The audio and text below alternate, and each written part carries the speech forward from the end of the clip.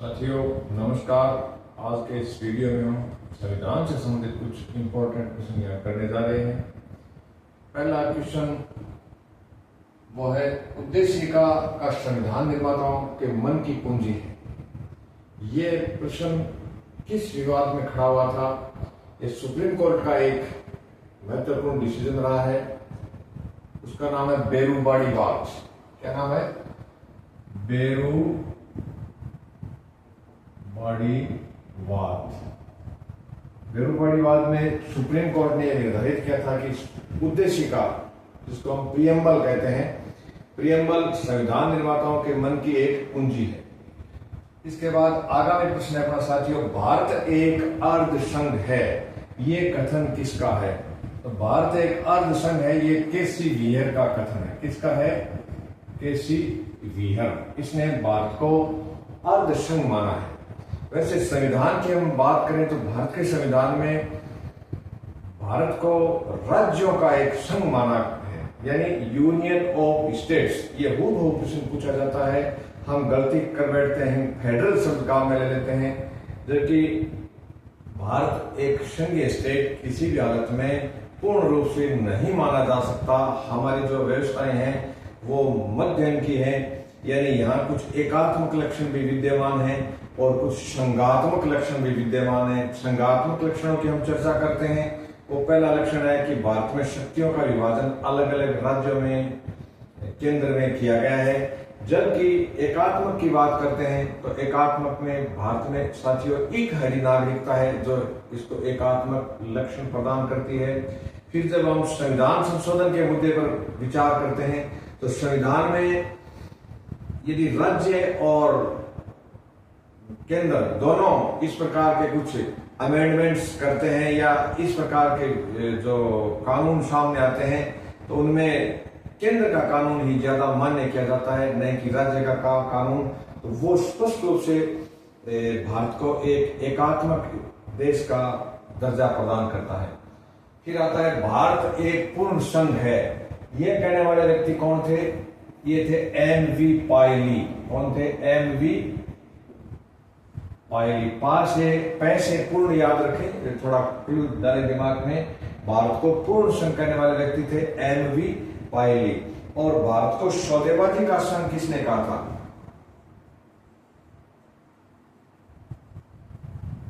यानी भारतीय संघ के लिए एक शब्द काम में लिया कि सौदेबाजी का संघ।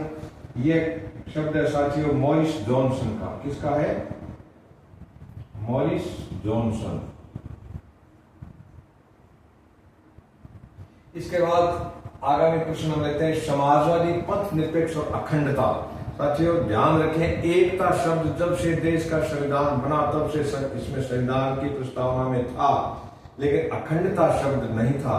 ये तीन शब्द 42वें संविधान संशोधन जो इंदिरा गांधी की सरकार ने 1976 में किए थे, जिस संविधान संशोधन को हम भारत का सबसे बड़ा संविधान संशोधन मानते हैं, जिसने बहुत से परिवर्तन संविधान में किए थे, वो था 42वां संविधान संशोधन। और 42वें संविधान संशोधन के आधार पर संविधान में मौलिक कर्तव्यों का समावेश किया गया और 42वें संविधान संशोधन के आधार पर संविधान की जो प्रस्तावना है वो हर किताब के पीछे लिखी हुई है, लेकिन हम उसको ध्यान से पढ़ते नहीं है। साथियों आपको जो आपकी पाठ्य पुस्तक है उसका पिछला पन्ना प्रतिदिन पढ़ना चाहिए। एक साइड में उसमें मौलिक मूल कर्तव्य लिखे हुए हैं, दूसरी साइड में अपने ये संविधान की प्रस्तावना है। तो संविधान की प्रस्तावना के बारे में कई बार प्रश्न है कि किस प्रकार की स्वतंत्रताएं हैं, किस प्रकार की समानताएं दी गई है, किस प्रकार बंधुता का वर्णन है, ये सारी चीजें उसमें डिटेल से दी हुई है। और कई एग्जाम्स में मैंने देखा है कि पूछा गया कि भारतीय संविधान में पहला मूल कर्तव्य कौन सा है, उसमें भी हम मात खा जाते हैं, क्योंकि हम उन मूल कर्तव्यों को हमें पढ़ना चाहिए, हृदयंगम करना चाहिए। तो साथियों ये समाजवादी, पंथ निरपेक्ष और अखंडता शब्द ये संविधान की प्रस्तावना में 42वें संशोधन से जोड़े गए।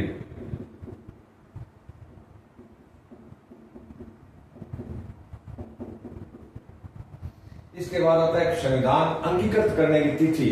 यानी हमारा संविधान 2 वर्ष 11 माह 18 दिन से तैयार हुआ था और ये तैयार हो चुका था साथियों 26 नवंबर 1949 को, और हमने संविधान लागू किया 26 जनवरी 1950 को। इसके पीछे एक वजह है, वो वजह यह है कि भारत ने अपना पहला स्वतंत्रता दिवस लाहौर में मनाया था, यानी पूर्ण स्वतंत्रता की मांग उस अधिवेशन में की थी, और स्वतंत्रता का झंडा भारतीयों ने जवाहरलाल नेहरू के नेतृत्व में लाहौर में फहरा दिया था। इसलिए भारतीयों ने उस 26 जनवरी के दिन को अक्षुण्ण रखने के लिए, उसकी याद को अक्षुण्ण रखने के लिए हमने हमारा संविधान कुछ समय रुक करके, यानी लगभग 2 माह रुक करके हमने 26 जनवरी 1950 को लागू किया, जबकि हमारा संविधान तैयार हो चुका था, अंगीकृत हो चुका था, आत्मार्पित हो चुका था, अधिनियमित हो चुका था। ये घटना है साथियों 26 नवंबर 1949 की। इस दिन को भारत में विधि दिवस मनाया जाता है। कौन सा दिवस है? विधि दिवस। और ये तिथि है 26 नवंबर 1949, यानी इस दिन हमारा संविधान पूर्ण रूप से तैयार हो गया। सभी सदस्यों ने इस पर, उपस्थित सभी सदस्यों ने इस पर हस्ताक्षर कर दिए थे, इसको आत्मार्पित कर लिया था, अंगीकृत कर लिया था और इसको अधिनियमित कर लिया था। ये 3 शब्द संविधान की प्रस्तावना में नीचे ही नीचे लिखे हुए हैं। और महीना था इसको अडॉप्ट करने का मार्गशीर्ष। कौन सा महीना था? मार्गशीर्ष, जिसको हमारी लोकल भाषा में माघ महीना कहते हैं, वो है अब संविधान का मूल ढांचा। ये सबसे पहले शब्द किस वाद में आया? ये साथियों केशवानंद भारतीवाद में संविधान सभा जो थी, संविधान पीठ थी, एक बेंच थी सुप्रीम कोर्ट की, उसने केरल राज्य का कोई मठाधीश थे स्वामी केशवानंद, उन्होंने सुप्रीम कोर्ट में ये मुकदमा दायर किया था। तो उस मुकदमे में उन्होंने कहा कि संसद मूल अधिकारों में संशोधन कर सकती है, लेकिन उसको मूल ढांचे को बनाए रखना होगा, यानी मूल ढांचे में किसी भी प्रकार की छेड़छाड़ नहीं की जा सकती संसद के द्वारा। यानी मूल ढांचे को हम अंग्रेजी में कहेंगे तो वो होगा बेसिक स्ट्रक्चर, यानी बेसिक स्ट्रक्चर या मूल ढांचे में संसद छेड़छाड़ नहीं कर सकती, किंतु संसद को भारत के मौलिक अधिकारों में संशोधन करने का पूर्ण अधिकार है। ये साथियों सुप्रीम कोर्ट के जो विवाद हैं, मैंने बोर्ड पे लिखे, इन विवादों पे यानी फेमस मुद्दों पे कई बार प्रश्न आते हैं और हम अक्सर चूक जाते हैं। तो अभी पटवार एग्जाम में पूछा था कि मूल ढांचे की अवधारणा किस संविधान संशोधन में दी गई है, तो वो संविधान संशोधन है केशवानंद भारती, संविधान का वाद केशवानंद भारती बनाम केरल राज्य। वर्सेज लिख दिया मैंने, वर्सेज या बनाम एक ही बात है, केरल स्टेट। फिर राज्यसभा सभापति का सबसे लंबा कार्यकाल किसका रहा है साथियों? ये सबसे लंबा कार्य उपसभापति, सभापति नहीं, राज्यसभा के उपसभापति, वाइस प्रेसिडेंट के रूप में कौन सबसे लंबा कार्यकाल करने वाले व्यक्ति या महिला रहे हैं? तो ये है नजमा हेमतुल्ला, नजमा हेमतुल्ला। नजमा हेमतुल्ला मोदी सरकार में मिनिस्टर भी रही है और ये भारत के महान नेता, महान स्वतंत्रता सेनानी और स्वतंत्र भारत के पहले शिक्षा मंत्री मौलाना आजाद की बेटी थी। उनके एक इकलौती संतान नजमा हेमतुल्ला थी, जो साथियों 86 से लेकर के 2004 तक राज्यसभा की उपसभापति रही। बाद में मनमोहन सिंह सरकार में मिनिस्टर भी रही और एक बार उससे पहले भी 1 साल के लिए रही थी। तो इनका कार्यकाल बहुत लंबा, यानी लगभग 19 साल इस पद पर कार्यकाल हो चुका। ऐसा रिकॉर्ड मुझे नहीं लगता कि नजदीकी रिकॉर्ड किसी से टूट सकता है। तो ये हो गया राज्यसभा के उपसभापति का सबसे लंबा कार्यकाल हो गया नजमा हेमतुल्ला का। फिर एक क्वेश्चन है, बहुत इंपॉर्टेंट है, राज्यसभा के उपसभापति और लोकसभा के उपाध्यक्ष, इन दोनों पदों पर अलग अलग टेन्योर में कौन व्यक्ति रहे हैं? ऐसा एक ही उदाहरण है, वह साथियों गोडे मुराहरी। क्या नाम है इनका? गोडे मुराहरी। ये विपक्ष के लीडर थे जो 77 में लोकसभा के उपाध्यक्ष रहे। फिर आगामी प्रश्न आता है कि भारत के यानी जो अंतरिम सरकार बनी थी जवाहरलाल नेहरू के नेतृत्व में 1946 में, उसमें भारत के पहले श्रम मंत्री कौन थे, और एक बार यह भी आया था कि साथियों श्रम मंत्री के रूप में इंटरनेशनल लेबर ऑर्गेनाइजेशन भारतीय विश्व श्रमिक संगठन में भारत का प्रतिनिधित्व किसने किया था, उसकी अध्यक्षता किसने की थी, तो वो नाम है साथियों जगजीवन राम। क्या नाम है? जगजीवन राम। फिर आता है कि अंतरिम सरकार में प्रथम वित्त मंत्री कौन थे, ये नाम है साथियों लियाकत अली। लियाकत अली मुस्लिम लीग के थे, लीग लिखा है मैंने, यानी मुस्लिम लीग के कोटे से नेहरू के नेतृत्व में जो सरकार बनी थी उसमें मुस्लिम लीग के कोटे से लियाकत अली को वित्त मंत्री बनाया गया। फिर आता है साथियों A.K. गोपालन बनाम मद्रास राज्य। ये बात है 1950 का है, 51 का नहीं है। इसमें इस विवाद में निवारक निरोध कानून को गलत ठहराया गया था।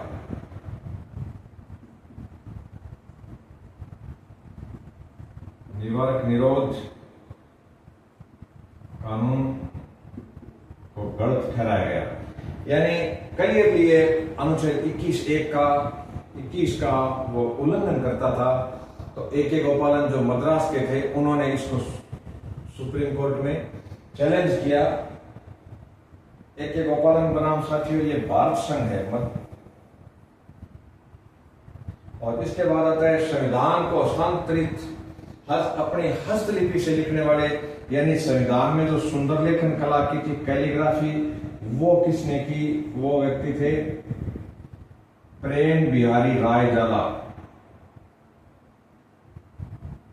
प्रेम बिहारी रायजादा। रायजादा आप टाइटल लास्ट वाला याद रखें, इससे आपका जवाब सही हो जाएगा। संविधान सभा के चित्रकार कौन थे जिसने अपने सुंदर चित्रों से इस हमारे संविधान को सुसज्जित किया था?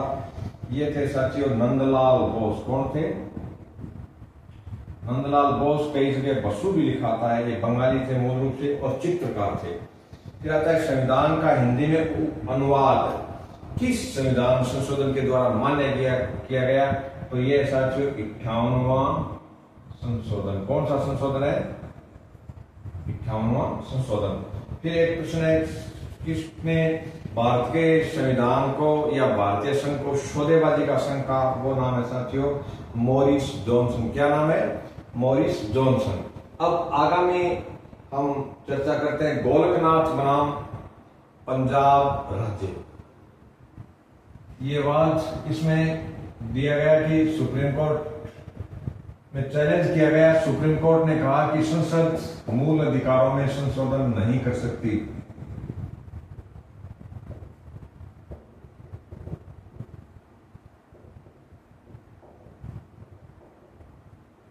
संसद मूलाधिकारों में संशोधन नहीं कर सकती,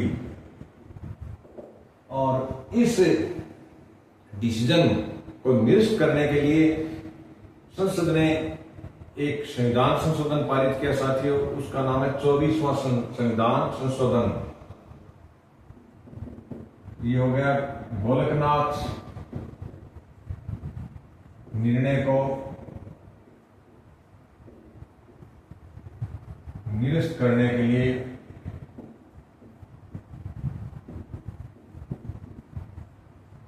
चौबीसवां संशोधन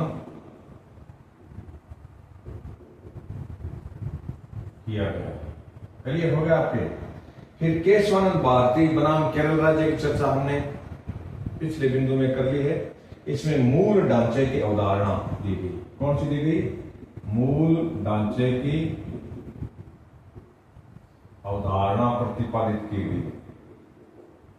इसके बाद हम आते हैं इंदिरा साहनी वाद। ये लास्ट का सा वाद है और लेटेस्ट वाद है। ये 1992 का है। किस वर्ष का है? 1992 का। ध्यान रखें आप कि ये जो फेमस वाद है इनमें कम से कम 5 न्यायाधीशों की बेंच बैठती थी, कई बार 7 भी बैठे हैं। तो ये 2 या 3 न्यायाधीशों वाली बेंच का डिसीजन नहीं है, ये फुल बेंच के डिसीजन है।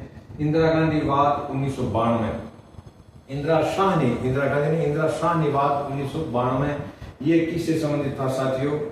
ये जो वाद है ये संबंधित था कि जब वीपी सिंह सरकार ने भारत में मंडल आयोग लागू किया था, यानी अन्य पिछड़ा वर्ग, जिसको अदर बैकवर्ड कास्ट कहा जाता है, अन्य पिछड़ा वर्ग को आरक्षण देने के लिए संविधान संशोधन का प्रयास किया था। उस समय देश में दंगे हुए थे और वो मामला साल डेढ़ साल बाद कुछ बच्चों के बलिदान से वो मामला शांत हो गया। लेकिन जब 91 में नरसिम्हा राव की सरकार आई थी, उस सरकार ने इस मामले को पुनरीक्षण के लिए सुप्रीम कोर्ट के पास भेजा। तब सुप्रीम कोर्ट ने यह निर्देशित किया था कि भाई भारत में सभी सेवाओं में अदर बैकवर्ड कास्ट यानी ओबीसी का आरक्षण लागू किया जा सकता है, लेकिन इसकी एक सीलिंग है, इसकी एक सीमा है, वो है 50%। और एक तो इसको पदोन्नति में आरक्षण नहीं दिया जा सकता, दूसरा है कि ओबीसी को 50% के अंदर रखते हुए और आरक्षण दिया जाए, यानी किसी भी हालत में सभी नौकरियों में 50% की सीमा से आरक्षण ऊपर नहीं जाए। ये इस इंदिरा शाही विवाद का महत्वपूर्ण निर्णय है, यानी ओबीसी जिसको हम कहते हैं अन्य पिछड़ा वर्ग,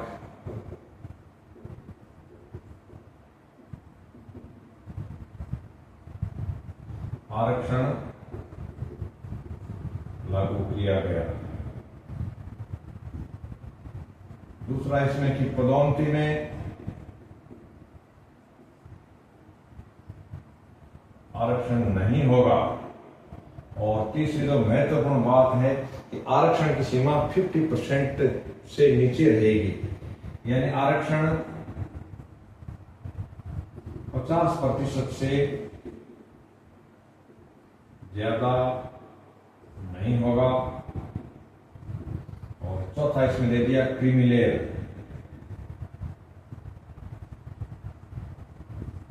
यानी क्रीमी लेयर शब्द भी इंदिरा शाही विवाद में सुप्रीम कोर्ट ने दिया था।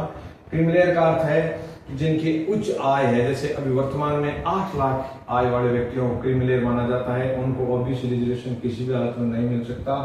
और क्रीमी लेयर के लिए दूसरा है कि यदि कोई व्यक्ति सीधी भर्ती की आयु सीमा में रहते हुए सीधी भर्ती में फर्स्ट ग्रेड में आता है तो उसकी संतानों को ओबीसी का लाभ नहीं मिलेगा। और दूसरा कि जिसके माता पिता सेकंड ग्रेड की सर्विसेज में आ गए दोनों, तो ऐसी संतानों को भी अदर बैकवर्ड कास्टेज का लाभ नहीं मिलेगा। तो ये साथियों कुछ हमने महत्वपूर्ण चीजें की हैं। और एक हम चर्चा करते हैं प्रथम संविधान संशोधन। कौन सा? प्रथम संविधान संशोधन। ये हमारी संविधान सभा ने कर दिया था। संविधान सभा ने अस्थायी संसद का काम किया था। प्रथम संविधान संशोधन से 9वीं अनुसूची जोड़ी गई। कौन सी अनुसूची? 9वीं अनुसूची जोड़ी गई। ये आपके क्लियर हो गए। मैंने थोड़ी लोकल लैंग्वेज में आपको समझाने का प्रयास किया है। अब 9वीं अनुसूची क्या होती है हम ये भी अच्छी तरह से जानेंगे। 9वीं अनुसूची में साथियों कोई विषय डाल दिया जाता है, जैसे भूमि सुधारों को 9वीं अनुसूची में डाल दिया गया। कई स्टेटों में आरक्षण को भी 9वीं अनुसूची में डालने का प्रयास किया जाता है। तो 9वीं अनुसूची में जो भी सब्जेक्ट डाला जाता है उसके ऊपर न्यायालय किसी भी प्रकार का विचार नहीं कर सकते, यानी उसको वो वहां से बाहर नहीं हटा सकते। उस पर किसी भी प्रकार का नकारात्मक या सकारात्मक डिसीजन सुप्रीम कोर्ट नहीं कर सकता। तो ये हो गया प्रथम संविधान संशोधन। ये साथियों 1950 में ही हो गया था। और इसके प्रथम संविधान संशोधन के जो प्रभाव है इनको, यानी पहले संविधान संशोधन को चुनौती ये किसमें दी गई?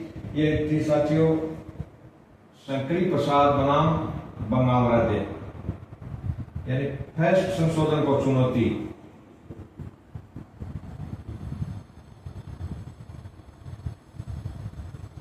उन्नीस 1951 में शंकरी प्रसाद सिंह वर्सेस बंगाल,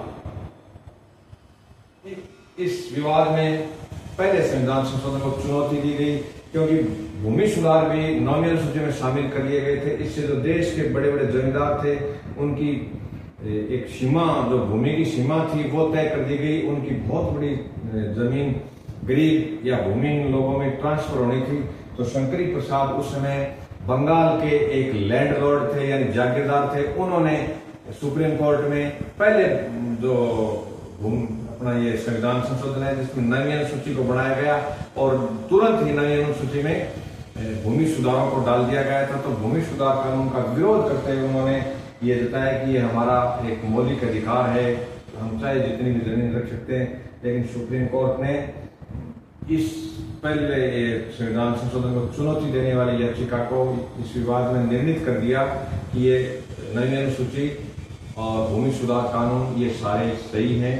अब देश स्वतंत्र हो चुका है, अब देश गुलाम नहीं है, तो राजा और सामान्य नागरिक एक प्रकार का जीवन जिएंगे। साथियों धन्यवाद। आगामी वीडियो में हम और संविधान से संबंधित चर्चाएं करेंगे, तो आपके वीडियो में या फर्स्ट ग्रेड या आरएस वगैरह सब इंस्पेक्टर इन सारी एग्जाम्स में ये इम्पोर्टेंट है। हम सबको आता है, सारी किताबों में है, फिर भी हम थोड़ा सा उलझन में पड़ जाते हैं कि यार केरल वो केशवानंद भारतीवाड़ा निर्णय हमें शंकरी प्रसाद में याद रह जाता है, शंकरी प्रसाद वाला निर्णय किसी अन्य में। तो इस प्रकार की जो झिझक है या झुंझलाहट है वो आप में नहीं होनी चाहिए। क्लियर कट आप याद रखें कि गोलकनाथ में संसद के मूल अधिकारों को चैलेंज किया गया था और फिर गोलकनाथवाद के निर्णय को शून्य कर दिया हमारी संसद ने 24वें संविधान संशोधन से। तो इस प्रकार के जो चीजें हैं आप इनको ध्यान से पढ़ें और एक बार बार पढ़ें। और सारे संविधान संशोधन हो सकता है आप याद नहीं रख पाए, लेकिन कुछ संविधान संशोधन याद रखें मूल रूप से और कुछ संविधान संशोधन आप याद रखें। ये जो संविधान के डिसीजन है, वाद हैं, फेमस मूड में हैं, उनको रखें। अब इंदिरा साहनी वाला आप एकदम कंठस्थ कर लें, ये लेटेस्ट वाद है और ये अदर बैकवर्ड कास्ट से संबंधित है। धन्यवाद साथियों।